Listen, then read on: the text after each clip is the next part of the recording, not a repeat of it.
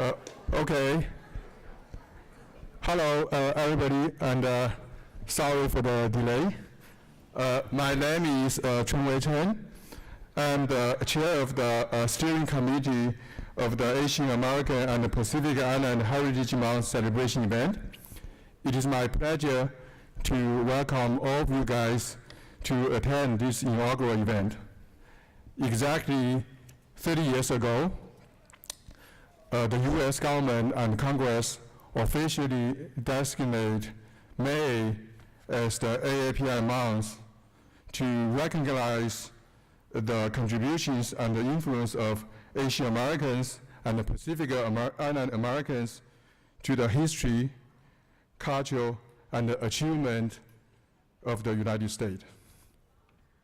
Here in Ames, one of the most diverse cities in the Midwest, more than 7,000 AAPI residents lives here, which account for 11.4% population. This makes AAPI the second largest racial group in Ames. Yet, for last 30 years, there hasn't been a celebration event for AAPI Heritage Month. But today, I proudly tell you this is becoming history. We will have annual celebration event for AAPI Heritage Month and use that opportunity to bring enhance further harmony and inclusion to this already wonderful city and community. On behalf of the steering committee, I would like to express my sincere appreciation to many organizations for their financial contribution. Their generosity is one of the major reasons we can offer this wonderful event with such beautiful setting and most importantly, delicious food at the end. So, by the way, I would remind you guys, stay until the end of the event, otherwise you will miss it. Okay, so here, let me take 1 minute to acknowledge our donors, the corporate sponsors. They are Asiatic Philharmonia Society, ISU AAPI Faculty and Staff Association, Chinese Faculty and Staff Association, College of Agriculture and Life Science, College of Engineering, College of Liberal Arts and Science, College of Vet Medicine, IB College of Business, Department of World Languages and Cultures, Office of the Vice President for DEI, and Korea American Society of Iowa. And in addition, we also received significant contributions from individual donors. Many of them contribute financially and also spend countless hours and energy to organize the event and prepare for the program. Last but not least, this event is a collaborative effort by all the members from the steering committee and essay contest committees. Without their volunteering and passions, there will be no such event today. So, without further ado, now I announce the official start of the event program. Let me introduce our first distinguished guest speaker, Ames City Mayor, Mr. John Hiller. John, please.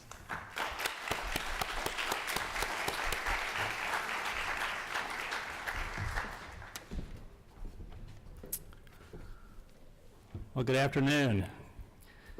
I count it an honor to be with you and bring you greetings from both the Ames City Council and the entire Ames community. I didn't understand or realize, but this is the inaugural event for Ames, and I look forward to working together in the years ahead to help you continue celebrating and working together to make Ames an even more welcoming community to Asian Americans and Pacific Islanders. I'd like to express my appreciation to Dr. Chen for his leadership and service on the Ames, City of Ames Human Relations Commission. The council looks to him, as well as to the entire commission, to assist in accomplishing one of the council's objectives, and that is valuing a diverse, equitable, and inclusive community. I also want to thank each one of you that are here today for choosing Ames as a place to call home. Ames is a better community not only because of your contributions, educational pursuits, arts, cultural activities like tonight's program, but also because you live here. Each of you adds to the exciting and valued diversity and strength of our community. The Asian American and Pacific Islander community has positively impacted not only our own local history, but also our national history.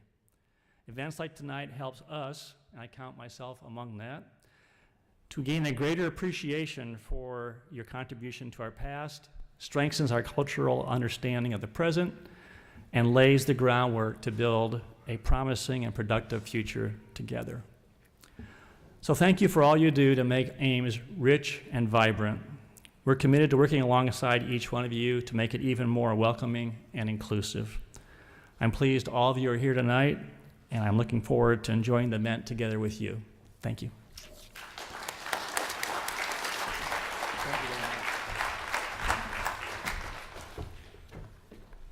Thanks, John. So the next distinguished guest speaker is ISU Associate Provost for Faculty, Dr. Dawn Brash Prince.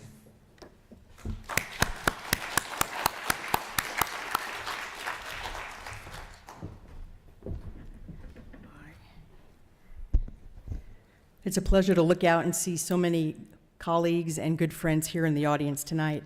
Thank you for this opportunity to join today's special inaugural celebration of Asian American and Pacific Islander Heritage Month, and I bring you greetings from both President Winterstein and Provost Jonathan Wickert. As I planned out my remarks for today, I started to make a list of the many individuals in the AAPI community who excel in their roles and who contribute to the successes of Iowa State University, our students, and our mission. But my list got longer and longer, and I realized that it's impossible to have a list and not leave out some names unintentionally. So rather than risk any omission, I'd like to focus my attention and highlight some of the broad areas where Iowa State's AAPI community impacts our campus each and every day. Many of our most successful research programs at Iowa State are led by AAPI faculty and staff, including the Nanovaccine Institute, new research centers in artificial intelligence and broadband internet, and long-standing efforts like the Seed Science Center and our Center for Statistics and Survey Methodology.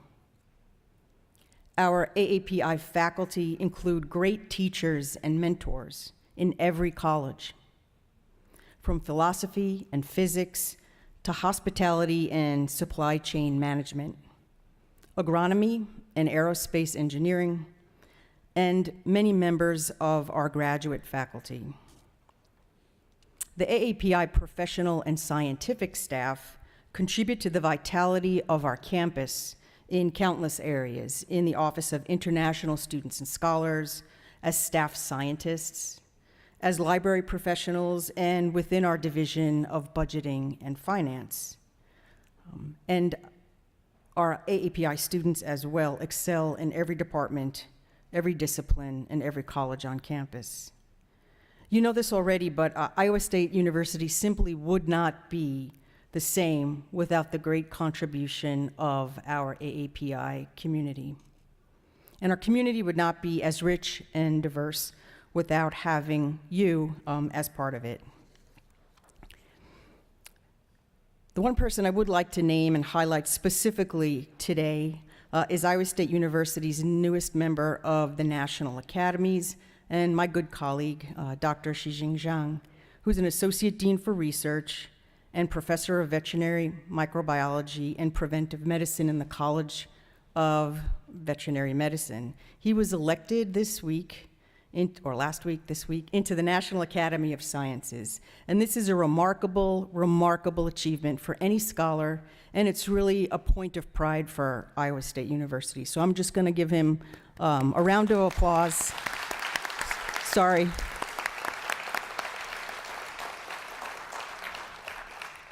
In sharing my appreciation today, I also want to acknowledge that this has been a difficult stretch of time for all of us due to COVID, and for the AAPI community and its your families, because we've seen and experienced some things like the unwarranted scrutiny of researchers and scientists, political rhetoric around the COVID-19 pandemic, and for some issues related to immigration.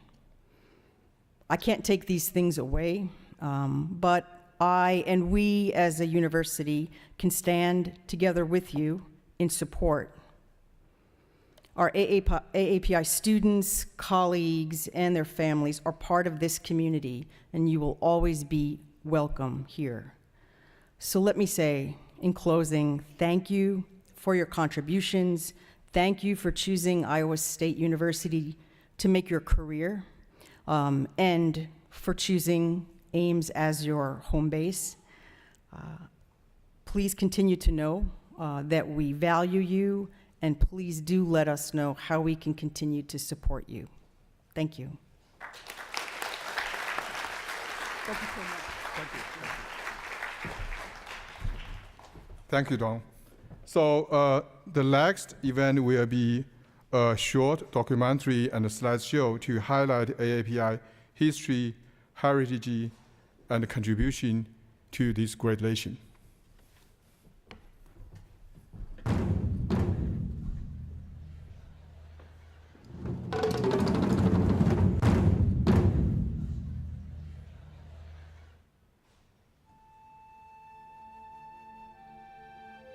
The U.S. federal government designated the month of May to be the Asian American and Pacific Islander Heritage Month in 1992. The annual celebration honors the AAPI history, heritage, and achievements.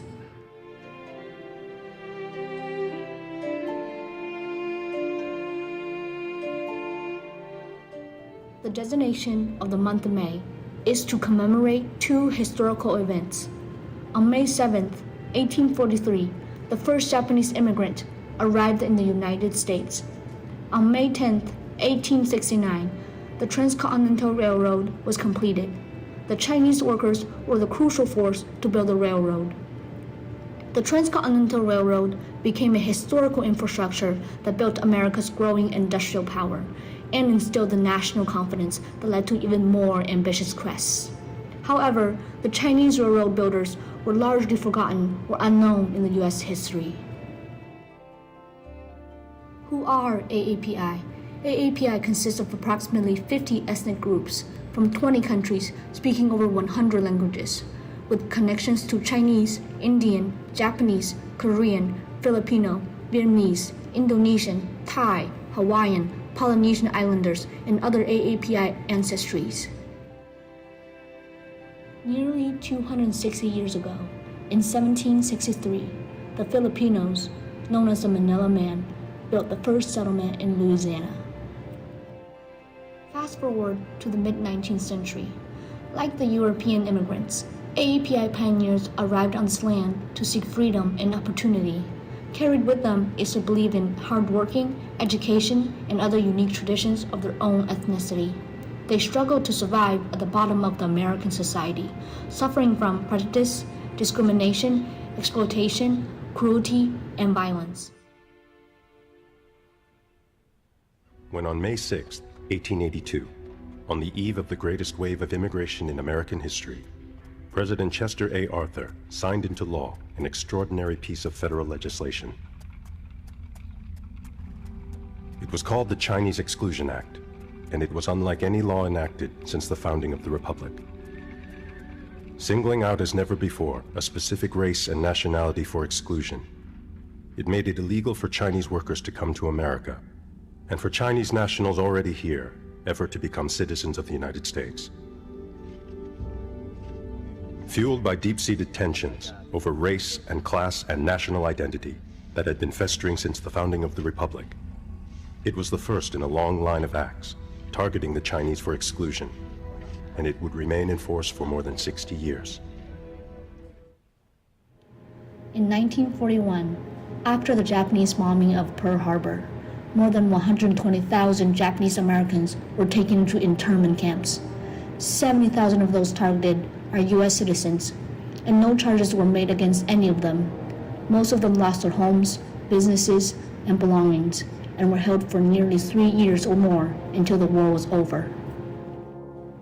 Today, when we observe the AAPI Heritage Month, we reflect on the racial discrimination and exclusion in the past and in the present.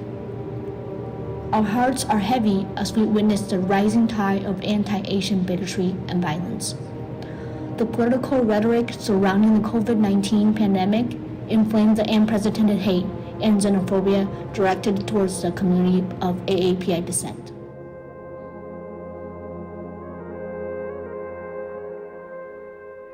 While shouldering the unjust burdens, AAPI strive forward with resilience.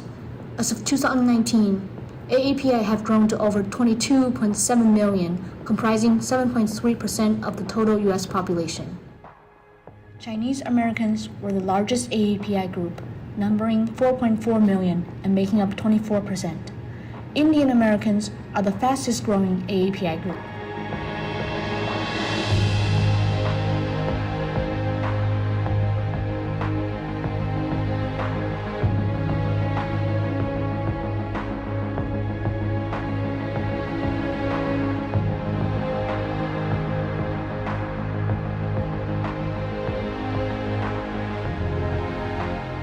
Throughout the history, AAPI collectively or individually have profoundly contributed to the making of America.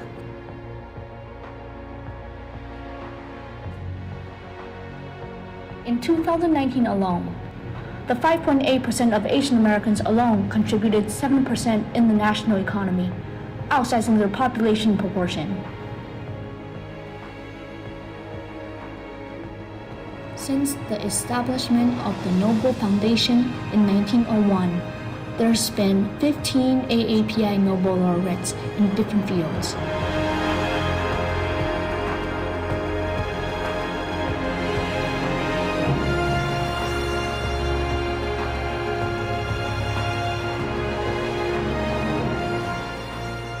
America has a rich history of innovation by Asian immigrants.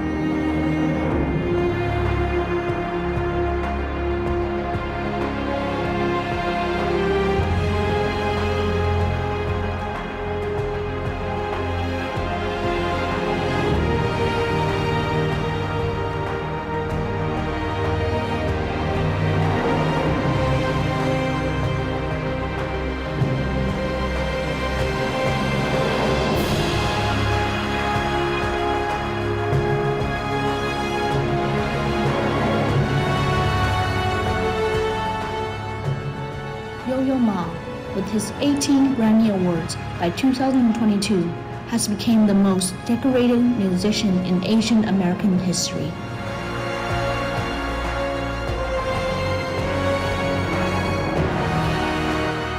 Chloe Zhao, a Chinese American, earned 4 Academy Award nominations for the Western film Nomadland, She won both Best Picture and Best Director, becoming the second woman in history to win the latter, and the first woman of color to win the category. Noteworthy is that there are 4 Asian Americans out of 6 on Team USA for individual figure skating athletes at the Olympics in both 2018 and 2022. Among others, these athletes are game changers. They've gone from breaking color barriers to becoming world champions in their own respective sports.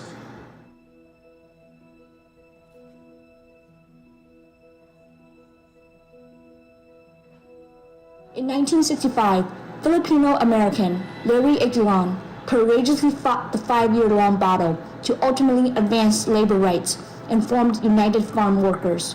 Nonetheless, most history books mention Chavez, but do not include a mention of Aguilon or other Filipinos.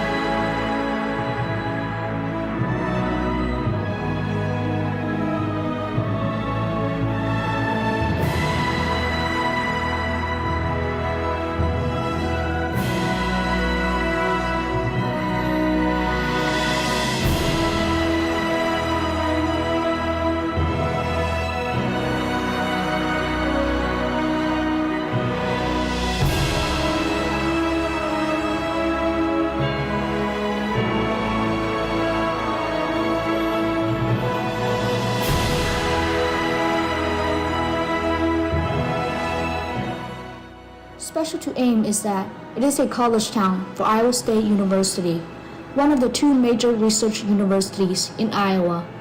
ISU reflects a cross-section of AAPI's vital role in STEM education in the U.S. academia.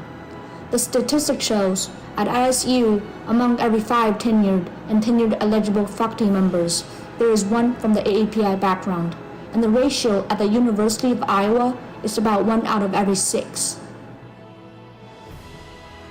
From the Louisiana fishing village to the 22.7 million of AAPI today, from the Transcontinental Railroad to Zoom, the lived experiences of AAPI are an integral part of American stories of shaping and advancing the nation.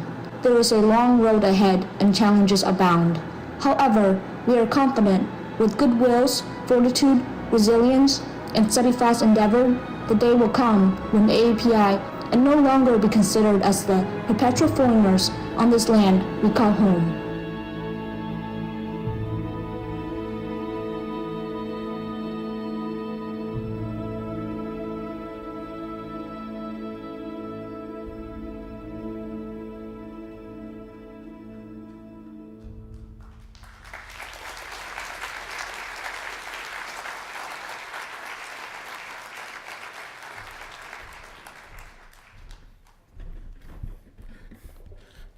Hello, everyone. I am Harrison Inefuku, and I have the pleasure of introducing today's keynote speaker, Dean of Library Services, Hilary Seo. Her talk is titled Rice Cooker Chronicles, Notes on an Asian American Journey, which shares her experiences and leadership journey as a Japanese American woman. Appointed Dean in 2021, Dean Seo is one of very few Asian American deans in Iowa State's history and is currently the only dean of Asian descent. Under Dean Seo's leadership, the library has continued its work to ensure that the experiences and perspectives of marginalized communities are respected, preserved, shared, and celebrated. Projects and initiatives include Tracing Race, which supports and facilitates digital scholarship that reveals the history of accomplishments and experiences of people of color at Iowa State University, the co-publication of children's picture books written in English and Korean by the Ames Korean School, and Voices in Color, which shares stories of spaces and communities built by and for people of color at Iowa State University, including the Asian American and Pacific Islander Faculty and Staff Association. As a librarian who began his career at Iowa State, Dean Seo has been a valued mentor and colleague. As chair of the search committee that hired me, Dean Seo ensured I came to my on-site interview armed with the most important and valuable information, the location of all the good Asian food in Ames. After 10 years of working closely with Dean Seo, I can say, in my biased opinion, and my apologies to Dean Schmidtman, that Dean Seo is the best dean at Iowa State. It is my honor and my pleasure to welcome Dean Hilary Teiko Seo as today's keynote speaker.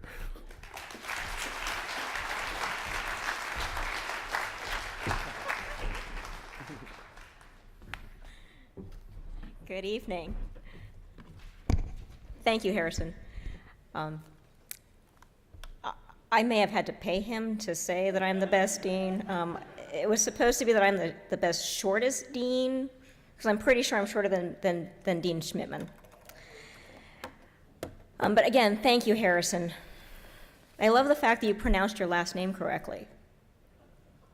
And you pronounced my last name correctly, I think, or at least the Americanized version.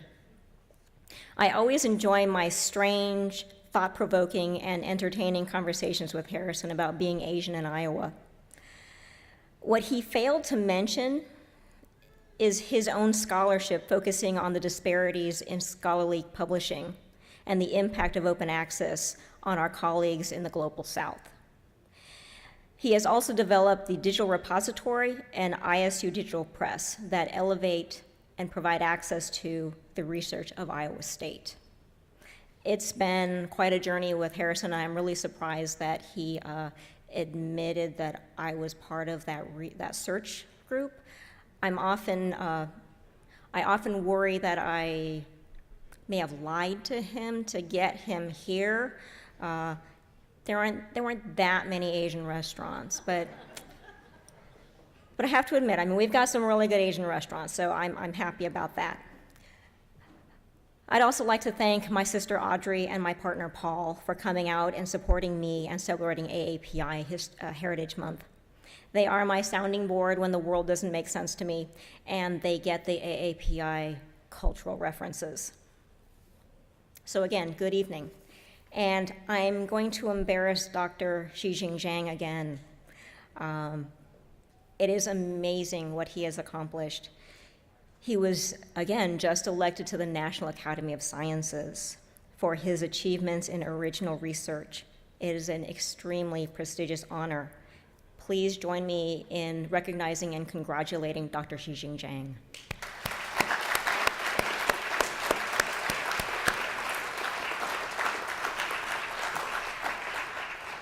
Dr. Zhang is far too humble. When Dr. Zhang asked me if I would give the keynote address, I was honored and humbled. As an Asian American woman and recently appointed dean of the Iowa State University Library, I appreciate the significance of this request, especially given today's socio-political climate. Thinking about AAPI history in the United States and then attempting to weave together a shared narrative and touch upon some of the current issues facing AAPI is daunting. Our history, our experiences, and accomplishments are vast. There's no one story that tells all of this.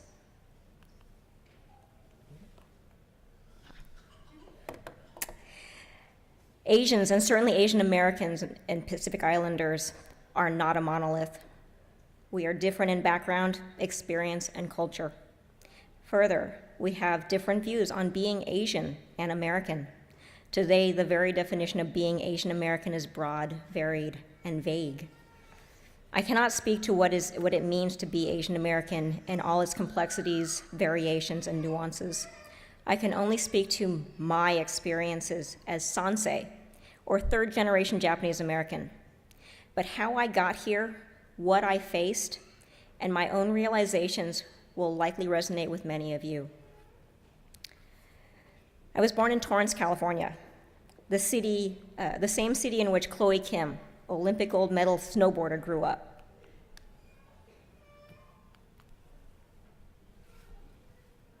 Nope, that's Ali Wong's husband, Justin Hakuta.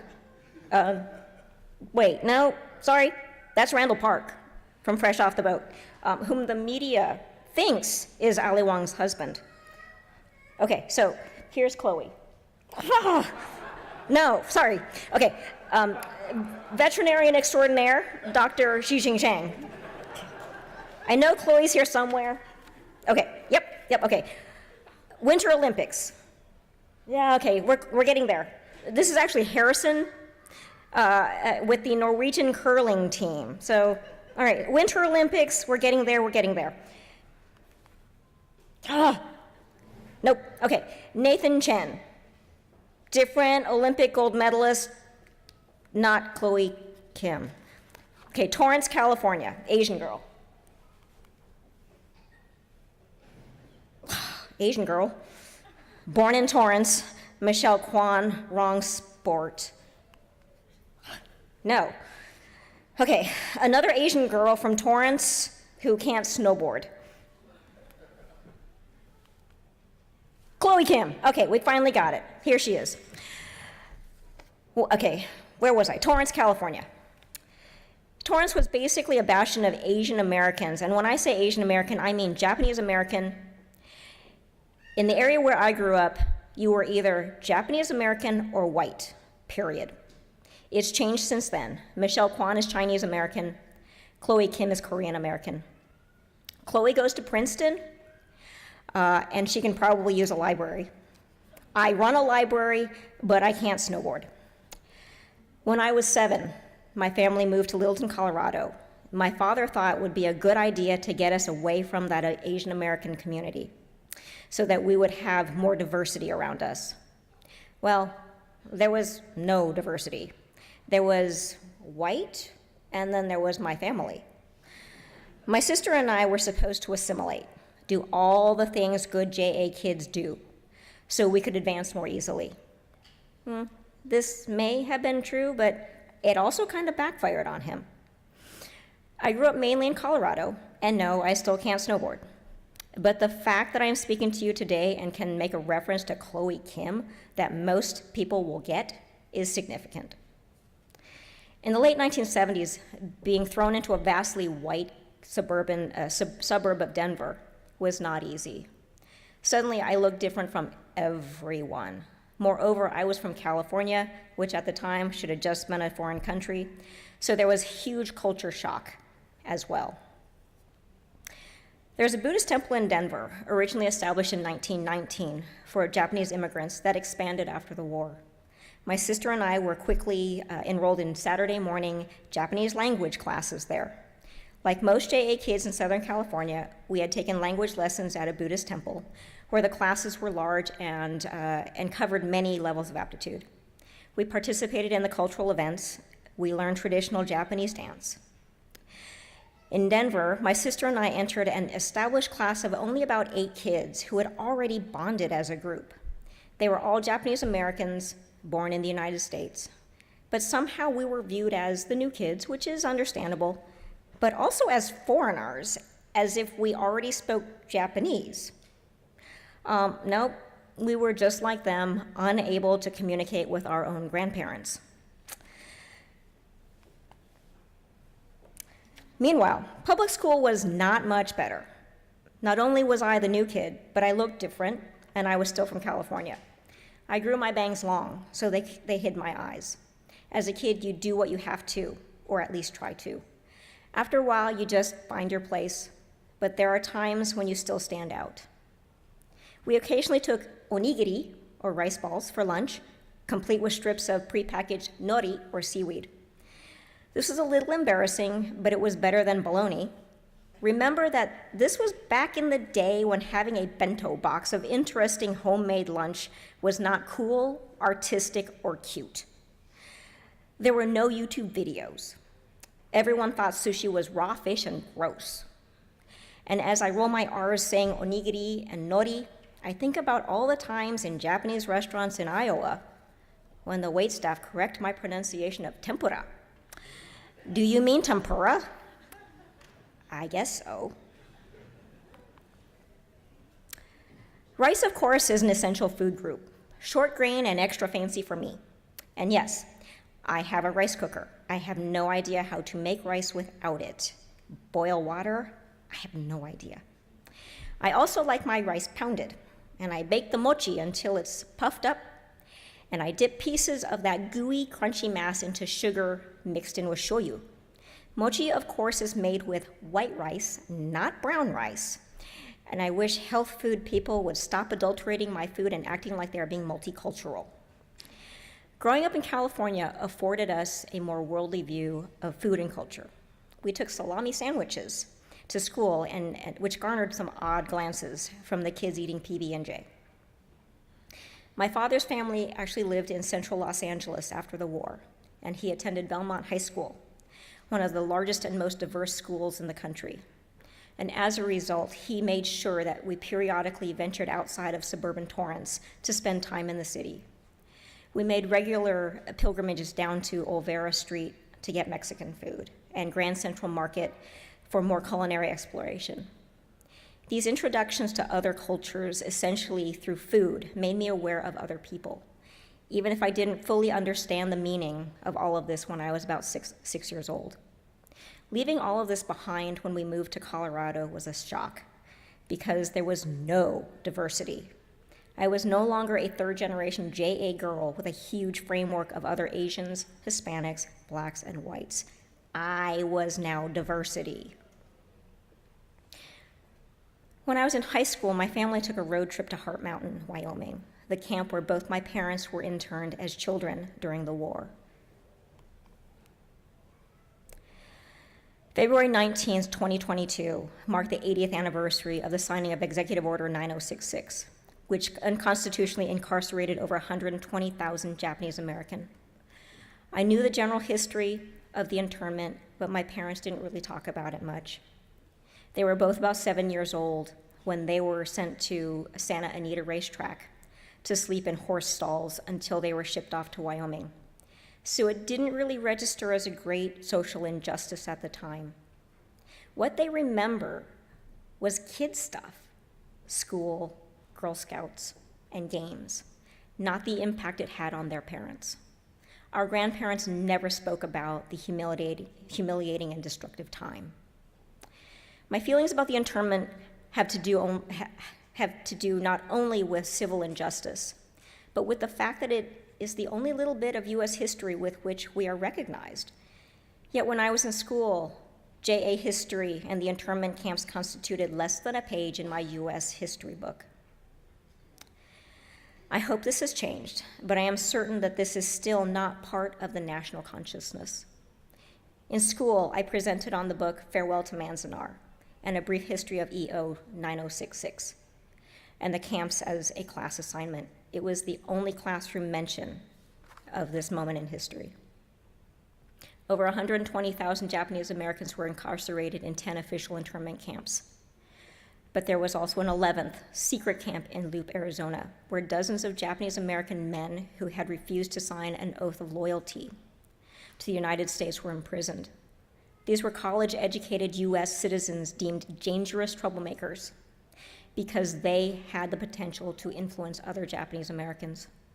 Ironically, the prison housed 80 men in its 9 months of operation, was on land confiscated by the U.S. government from the Navajo Nation.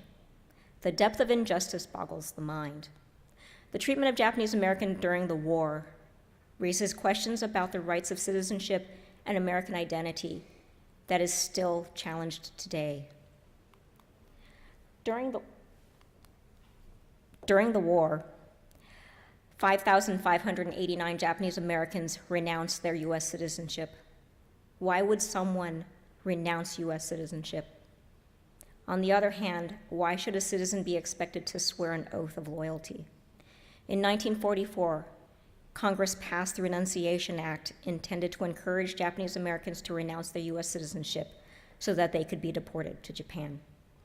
Most of those who renounced their citizenship did so out of confusion over the documentation they were being told to sign. There was no legal counsel provided, or out of anger and a sense of betrayal by their country.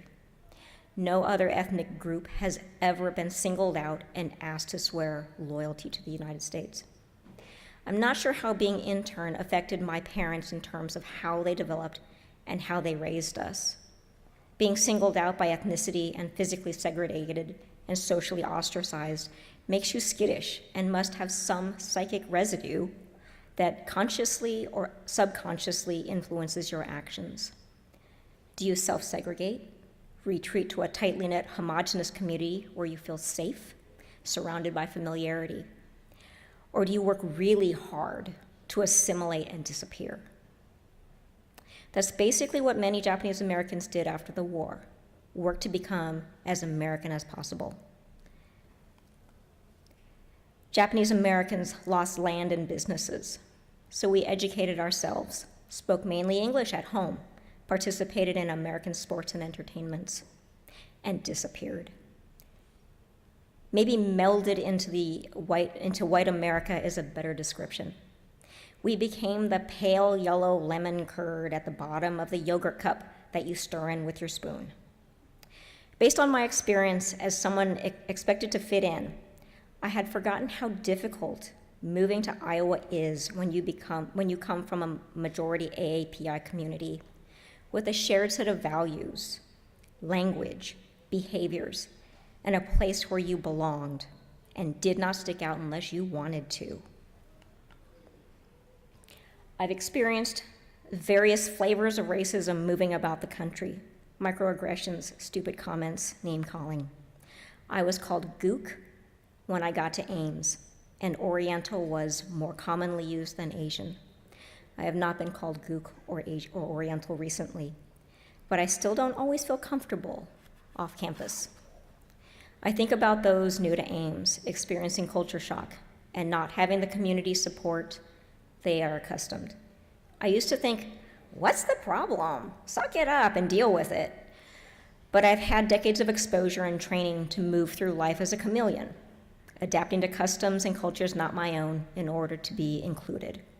I had forgotten what a shock to the system it is to be treated differently and questioned about who I am and why I'm here. I worry about my colleagues like Harrison, who was born and raised in Hawaii, joining us from AAPI communities. We need to be that community that provides the support to these newcomers, nurturing a sense of belonging and reducing vulnerability, advocating for necessary conversations, services, and practices to overcome cultural incompetence and biases.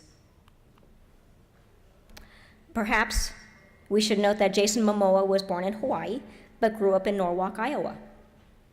Actually, I just wanted to include him in my slide deck. I think he'd be a great keynote speaker next year. We can bring him back to Iowa.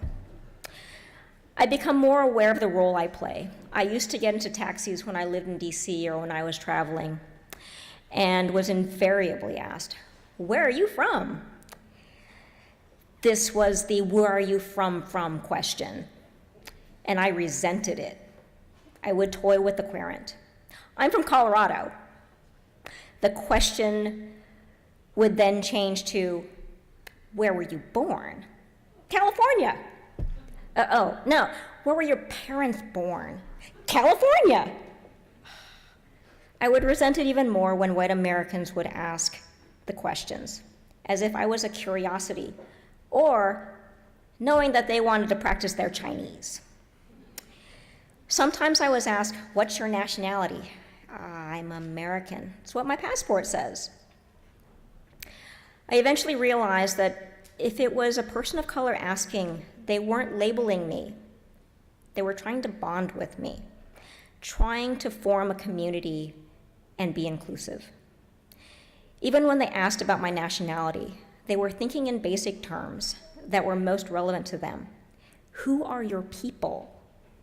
I now appreciate this effort because I understand and empathize with where the curiosity is coming from. Little acts of rebellion. When Amy Chua's book, Battle Hymn of the Tiger Mother, caused a minor media fuss in 2011, it was assumed that all Asians were raised by this type of demonstrative, demanding, exacting Chinese mother who expected high-achieving, ambitious children who would attend Ivy League schools and become doctors. In contrast, from my experience, JA parents are more passive-aggressive. We were told, figure it out, get your advanced degree, and when we didn't meet their expectations, faced silent disapproval. High school is when things kind of went off the rails, according to my dad. My sister and I really lost our connection to Asian community, and our father never restricted us from exploring options. After graduation, my sister chose Brandeis University in Massachusetts. That wasn't in the script. It was either UCLA, Berkeley, or maybe Stanford. And then it was my turn. I went to the University of California, Santa Barbara, turning down Berkeley. This was a huge disappointment to my father and my grandfather. Neither my sister nor I got a degree in STEM. So much for the Asian stereotype. And following in our father's footsteps, a PhD chemist. At least my sister went on to get her PhD in art history.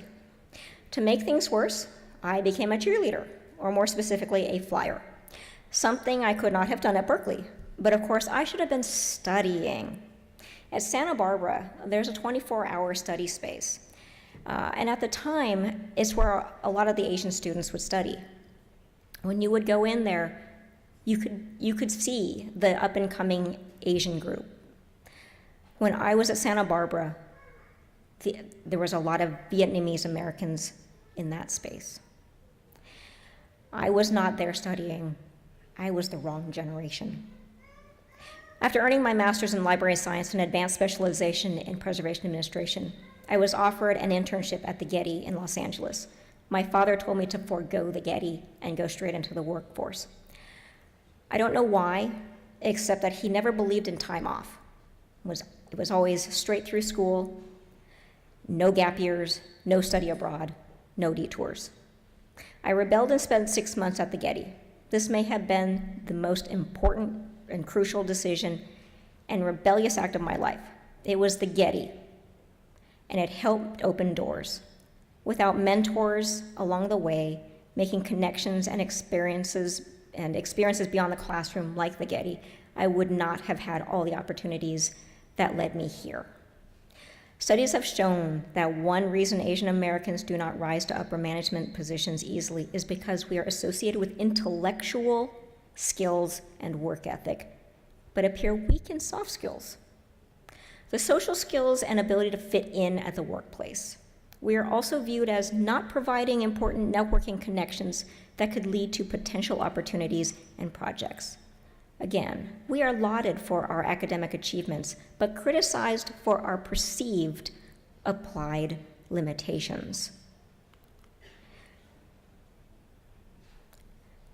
This is referred to as the bamboo ceiling. It is basically the Asian equivalent of the glass ceiling.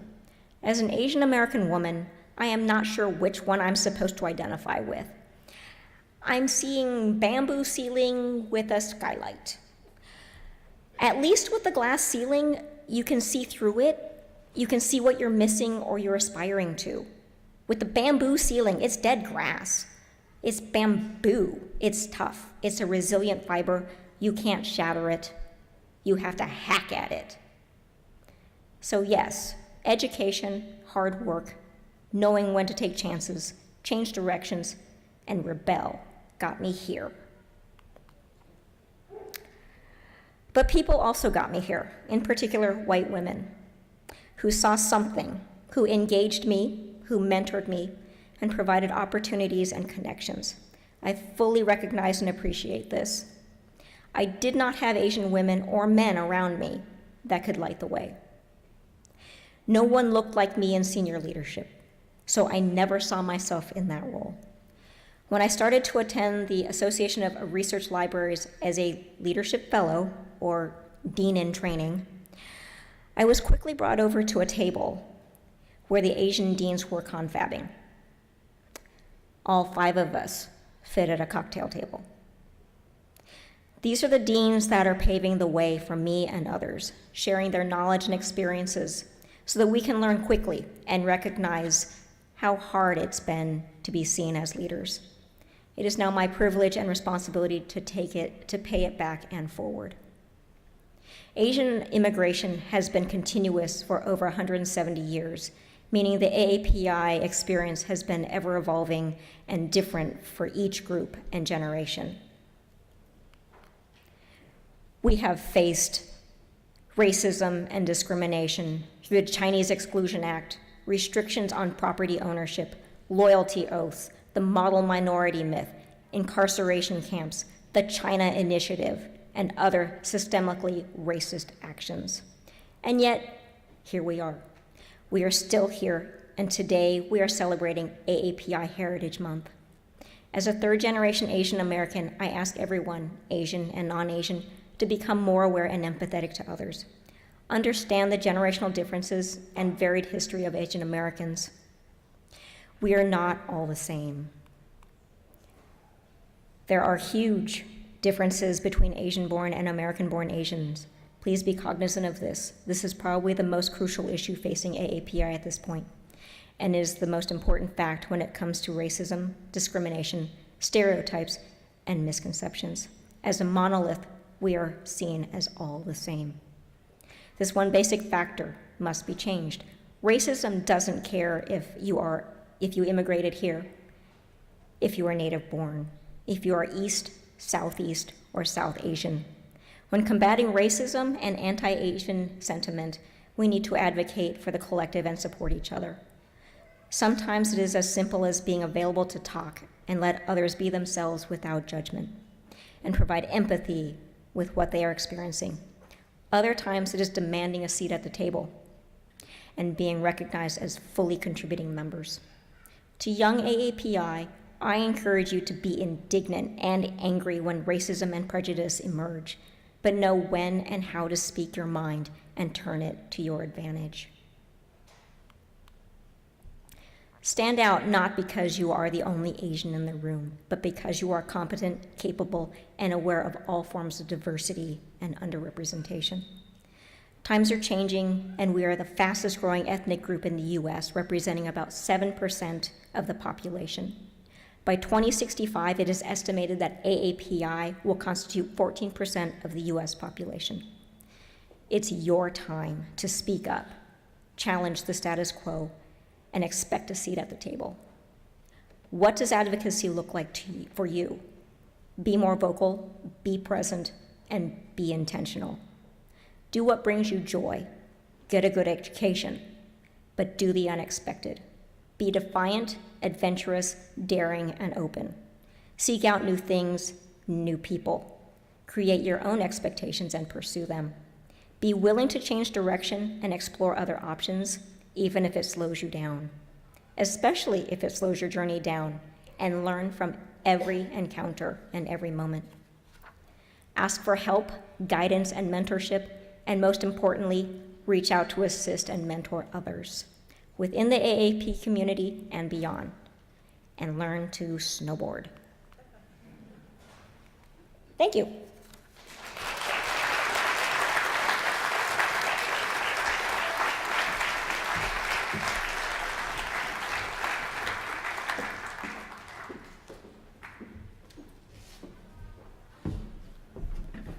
Okay, so the next one will be the award presentation for AAPI in My Eye essay contest. Dr. Tonglu Li, please.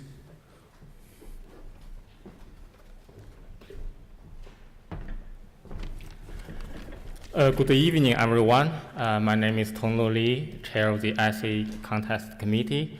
Now is the time for our young generations to shine. Here, I would like to express my appreciation on behalf of the AAPI Contest Committee for the support we received from the numerous institutions, families, and individuals. This year, we received 40 submissions from schools in Ames, Ankeny, Gilbert, Johnson, and Walker areas.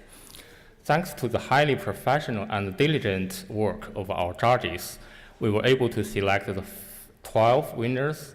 Their essays will be published by the ISU Library and will also be broadcasted by KHOI 89.1 FM. Those who didn't make it this time, you will receive a certificate of participation and a t-shirt. But don't give up. Keep writing and come back next year. Now, without further ado, let's present the awards in the order of middle school, high school, and college. First, let's welcome Ms. Amanda Wright from the Ames Middle School to present the awards for the middle school winners.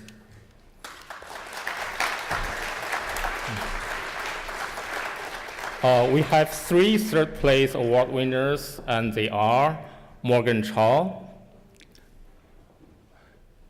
Yeah, this is a big room. Just it takes time to come here, come up. Yeah.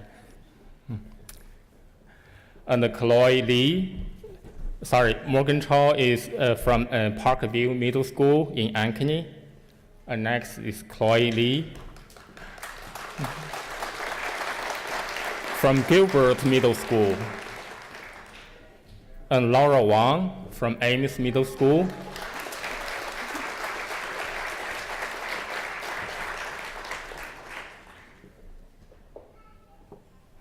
Don't need to run.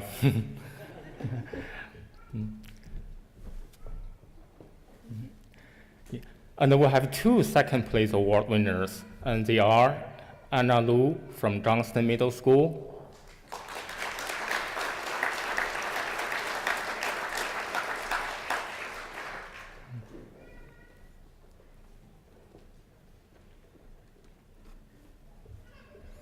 and Clara Lu from Gilbert Middle School.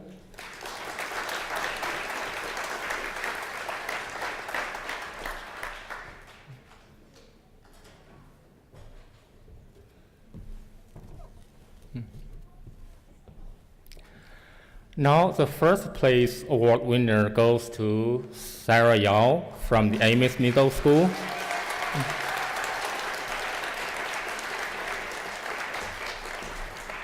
Thank you, Amanda. Next, let's welcome ISU Vice President for Diversity, Equity, and Inclusion, Dr. Sharon Perry Fanetti, to present the awards for both high school and college winners.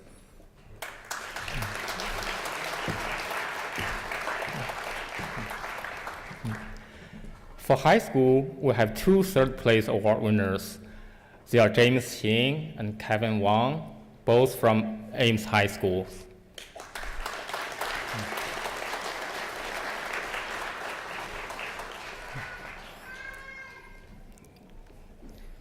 You can walk faster.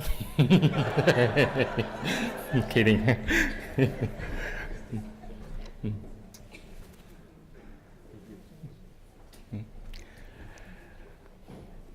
The second place award winner is Grace Compton, also from Ames Ames High School.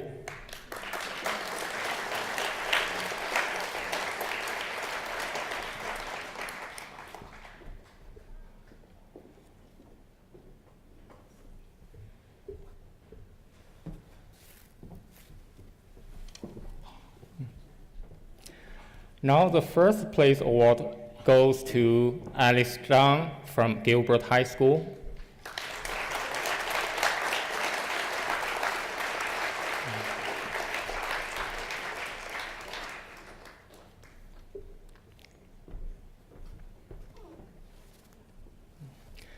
For the college division, the third place award winner is Isaac Kam from the Grandview University. Unfortunately, he cannot join us today. So the second place award goes to Katina Christopherson from ISU.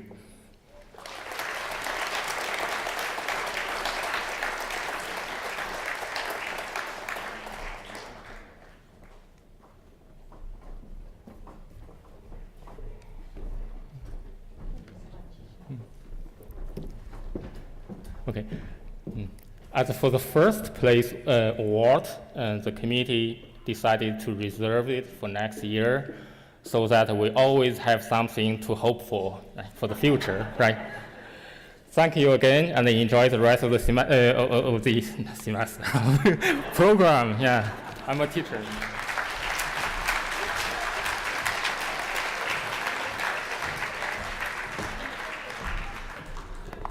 Okay, thank you, Dr. Lee. Thank you, Sharon. And thank you, Amanda. And also, congratulations again to all the winners. The next program will be music performance. There will be Asian music. And first, I will need Zilian to give you guys a very brief introduction about the music and the significance and the background. Please.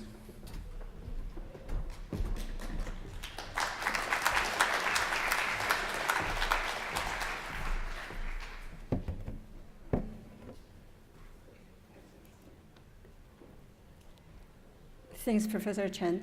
Actually, I'm not going to introduce music, but you will hear it later. Ladies and gentlemen, a while ago, there was a news article in the Story County Sun newspaper, and it was a report of the Ames District winners of pre-college piano auditions organized annually by the Iowa Music Teacher Association. Of the 81 contestants, 12 won the top prizes in the Ames district, and 10 out of the 12 are of AAPI descent.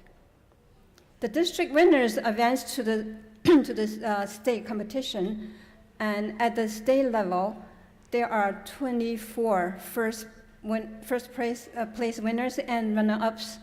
11 of them are AAPI youth. That translates to nearly 46% in the top winners group. In Iowa, the local AAPI population is about 3% of the total. And this is a remarkable reflection of hard work and dedication to music. 2 weeks ago, a link was sent to me as a progress report on the violin-piano duet for this event. In the accompanying message, apologetically, the father said, and I quote, Mengze said that he made a few mistakes with his part, and I will ask him to do more practice, unquote. It has been a delightful experience during this slightly over a month-long period to work with these self-motivated and hardworking secondary school students. Thank you for your musical contribution to this special event. You make us proud. Laura Chen Guangyu, the runner-up of Level E at the IMTA State Piano Competition in 2022. Ruiqi Chen Ruiqi, the second prize winner in the Victor Boga Legacy Award in 2022. Mengze Li, a first violinist in the Iowa All-State Music Festival in both his freshman and sophomore years. And Nathan Lee, a ninth grader, also all-state alternate. Yes, needless to say, behind these budding musicians, there are the tiger moms and wolf dads as well. Surely, history will give us a fair judgment. Also with us today are the professional musicians from under the Coit Tower on the Telegraph Hill in San Francisco.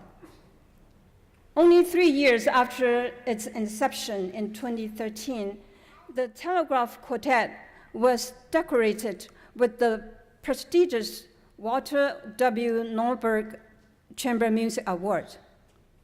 Since then, They have become world-renowned. The quartet is in the chamber music faculty at the San Francisco Conservatory of Music, where they are the quartet in residence.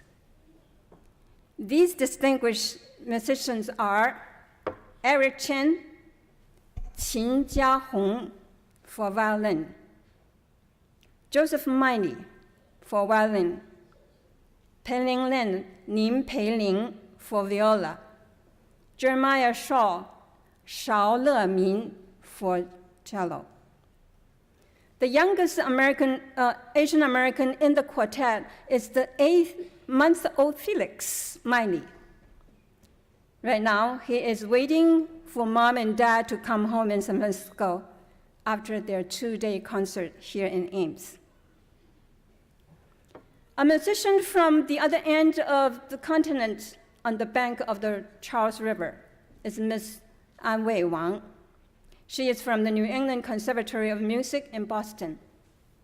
Miss Wang has won top prizes for guzheng performance in Hong Kong and in Japan. Today, besides her solo piece, Miss Wang and the Telegraph Quartet will perform a movement from the Quartet for Guzheng and Strings, which will be premiered tomorrow night at the Ames Tang and Gang season finale concert. This piece was commissioned as a celebration of the Midwest and AAPI culture. The 2 programs by Ms. Wang and the quartet were made possible by Ames Tang and Gang Chamber Music Association. We sincerely appreciate their goodwill and contribution to our celebratory event. On stage today will also be the baritone opera and concert singer, Mr. Dae-ho Kim. Mr. Kim was educated in Korea and Germany. He was awarded the 2nd prize at the Prix de Brobe in 2019. He performed La Bohème and the title role of Marcello. We are so delighted to have his appearance today through a last-minute arrangement. Ames has a time-honored affinity between the town and the gown. Our children in the community are blessed by the university resources of music education. While appreciating the student musicians, we do not forget their mentors behind scenes who labored to make their teenage pupils shine.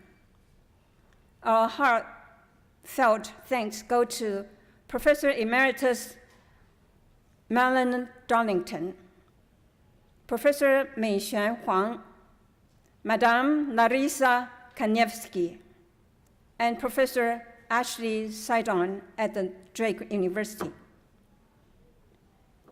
We are also grateful to the music scores provided for this event by Dr. Bing Huang, the chairwoman of the Strings Department at the China Conservatory of Music in Beijing. At this time, we miss soprano So-Yeon Lee and Professor Jody Goebel, who diligently prepared for this event, however, but could not perform today due to Ms. Lee's illness. We wish her recovery, speedy recovery. Yes, this event has a punctuation by the COVID-19. Gentlemen and ladies, my name is Tenian Zheng Driven, and a member of the AAPI Steering Committee. And now, let's enjoy the celebration.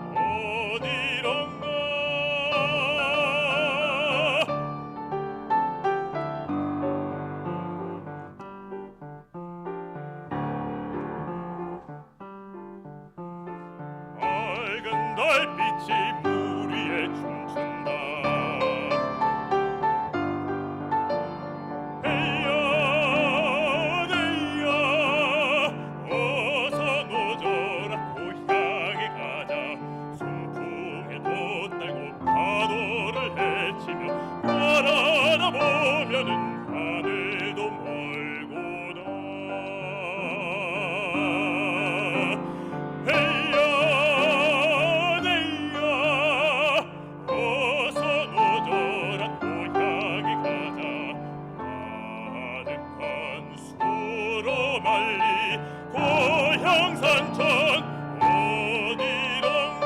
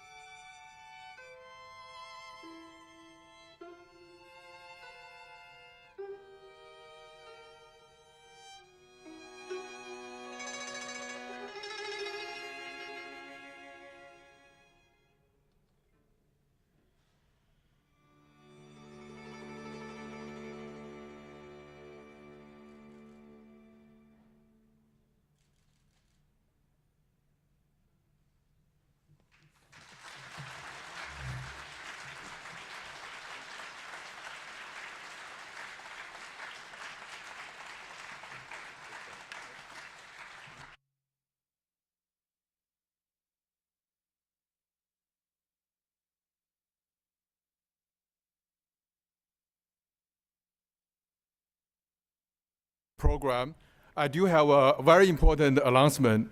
But before I go that, first, I want to thank all of you guys again for being here. I hope you guys enjoy it.